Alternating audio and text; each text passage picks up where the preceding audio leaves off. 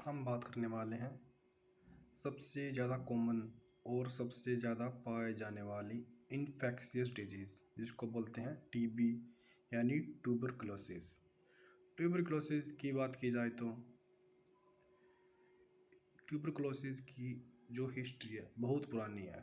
Tuberculosis ने क्या है लाखों लोगों की जान ली है। इवन आज के टाइम में भी क्या है ट्यूबरकुलोसिस की वजह से लाखों लोग मरते हैं वर्ल्ड वाइड। अब सबसे बड़ी प्रॉब्लम क्या है ट्यूबरकुलोसिस का जो ट्रीटमेंट है, क्योंकि ट्यूबरकुलोसिस का ट्रीटमेंट लंबे समय के लिए चलता है। वे लोग जो काफ़ी गरीब हैं और वे लोग जो अपनी सेहत के प्रति थोड़े भी जागरूक नहीं हैं, तो उनके केसेस में क्या आता है, उन पर्सन के केस में या तो उनको एमडीआर यानी कि मल्टी ड्रग रेजिस्टेंट टीबी यानी कि नॉर्मल टीबी वाली मेडिसिन उन पर काम नहीं करेंगी, या तो ये देखने को मिलता है। या कई केसेस में होता है कि पेशेंट थोड़ा आराम होने के बाद मेडिसिन लेना छोड़ देते हैं, जिसकी वजह से क्या है पेशेंट को सीवियर प्रॉब्लम हो सकती है या पेशेंट की डेथ भी हो सकती है। अब बात की जाए तो टीबी को डायग्नोस करने के लिए बहुत सारे टेस्ट अवेलेबल है आज के टाइम। तो सबसे बेस्ट टेस्ट कौन सा है? अब सबसे बेस्ट टेस्ट डिपेंड करता है कि आपको प्रॉब्लम कैसी है। करंटली सबसे जो मोस्ट इम्पोर्टेंट टेस्ट होता है जिसको बोलते हैं हम CB नॉट यानी cartridge based nucleic acid amplification test.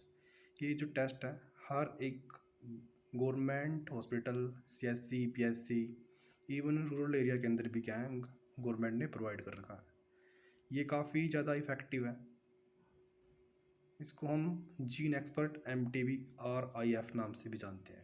यानी कि ये मेडिसिन के ये जो टेस्ट है ये 2 घंटे के अंदर ही कन्फर्म कर देता है कि पेशेंट को टीबी है या नहीं है, बल्कि साथ में ये भी कन्फर्म करता है कि उसको रेजिस्टेंट टीबी है या नहीं है, यानी कि उस पर कौन सी मेडिसिन काम करेंगी ये भी कन्फर्म कर देता है। इसकी जो रिपोर्ट मात्र 2 घंटे के अंदर आ जाती है। अब बात करते हैं कि इसका सैंपल कैसे देते हैं। अगर किसी पर्सन को बलगम आता है यानी कि फैलगम, तो हम क्या करते हैं, हम सुबह उठते हैं, सुबह का जो पहला बलगम है या स्पूटम उसको हम ट्यूब में डालेंगे और उसके द्वारा हम कंफर्म कर सकते हैं कि पेशेंट को टीबी है या नहीं है।